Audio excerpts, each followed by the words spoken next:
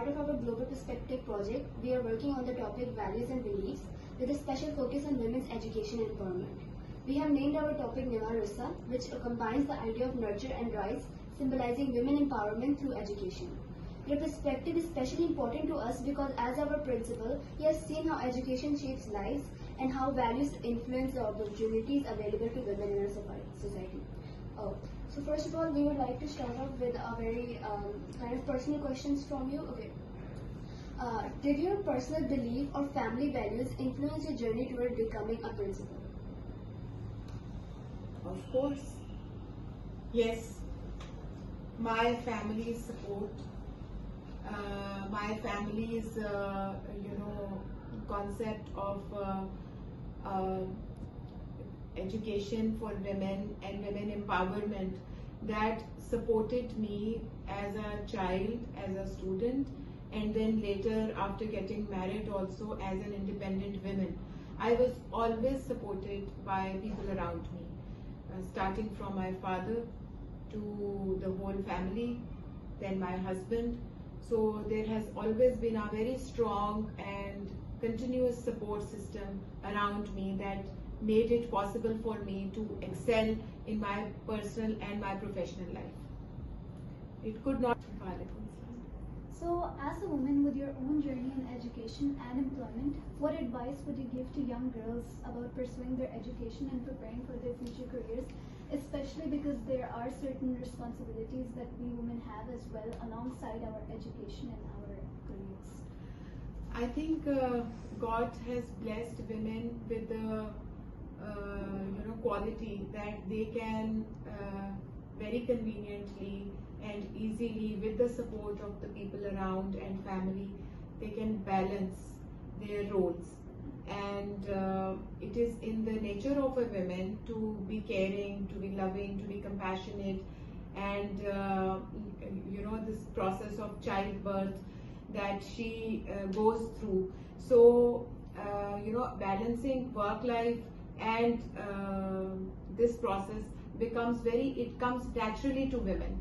And I feel nowadays everybody should be given equal opportunity, and the girls should be raised the same way as boys are raised in our society, and with definitely slight change in the roles, but a girl can also do everything that a boy can do, but she is she also is responsible for giving birth to the children, raising them, being caring, compassionate.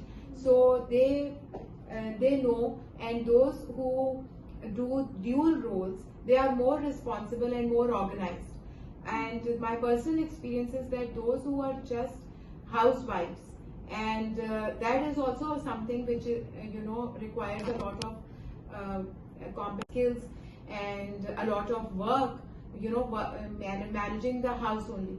But women can do balance to both. So, do you think that women should prefer doing dual roles? They should prefer, because this is something that gives them a purpose in life, because they must become valuable and contributing members of the family and then society. Because when you become financially independent, this enables you to start taking decisions also. So this also makes you more confident and more active contributing member of the family and society.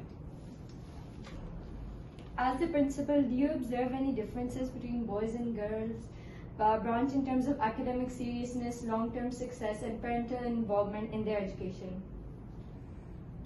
Of course, with gender, you see some minor, differences in behavior, in how they behave. But we believe in providing equal potential, equal opportunity to girls and boys. So both the genders are equally competent, and there is no area, there is no field that I can say that is specific to boys or to specific to girls. If you give them, provide equal opportunity, both excel. Another thing that, not to discourage the girls, but what the trend I have noticed is that boys take less time and they are very productive. And girls take more time, they are more hardworking compared to boys, and then they outshine boys. Yeah. So why do you think that is? That's a nature. gender That's difference. physical. Yeah. There are certain things that are inbuilt in our genetic makeup and how we are as boys and girls. So basically, Better guys are more. You know, it's not where there is, I said earlier also that, you know, if you give them the support system and equal opportunity, obviously then there is no issue. You know, the problem is that in our society, things are changing now. They are changing for better. But we have seen it is taking time in the remote areas. You know, in the urban areas it is different, and in the remote areas, in the villages and remote areas, still, you know, people need to be educated. Girls are treated differently at home, and boys are treated differently. And then there is division of labor that they are told when they are growing up. You know, this is what a girl is supposed to do. This is how a girl is supposed to behave. And you know, boys have the advantage or position of advantage. You know, so that is why they outperform. But if the girl and boy are given equal opportunity, then it is not like that. In cities and in urban areas, the things are different and they are changing. People are becoming aware of their rights. Girls are becoming aware of their rights, and families as a whole, they know this, that if they want the family to grow, the mother of the children, she must be educated, and an educated woman is going to be a, you know, more productive mother also, and you know, in educating the children and treating them with equal rights and opportunities. Ma'am, since our school is segregated by gender at O levels but not at A levels, do you believe this segregation has a positive impact on women education? If so, how? In the current circumstances, I personally feel that even if there is no segregation, even then it is all right. Because ultimately you are going to be studying together, and there is co-education in universities also, and you must know how to interact with each other and treat each other not on the basis of gender, as class fellows.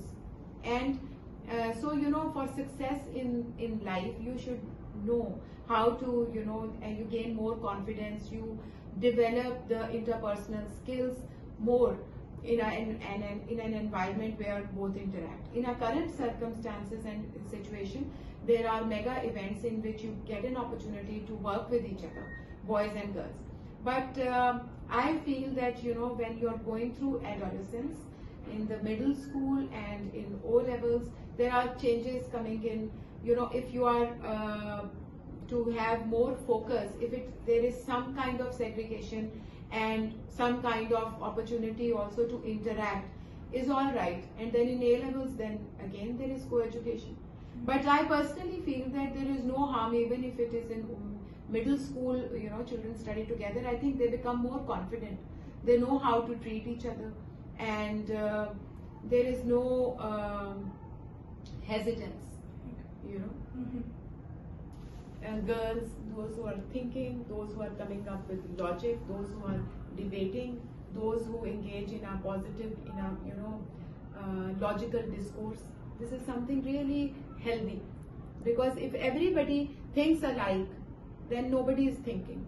If everybody says yes to one thing and no question, then it means that there is nobody thinking in that group. So this is very positive, and it is very encouraging that you have your own opinion, and then you know how to put that successfully across and debate about that.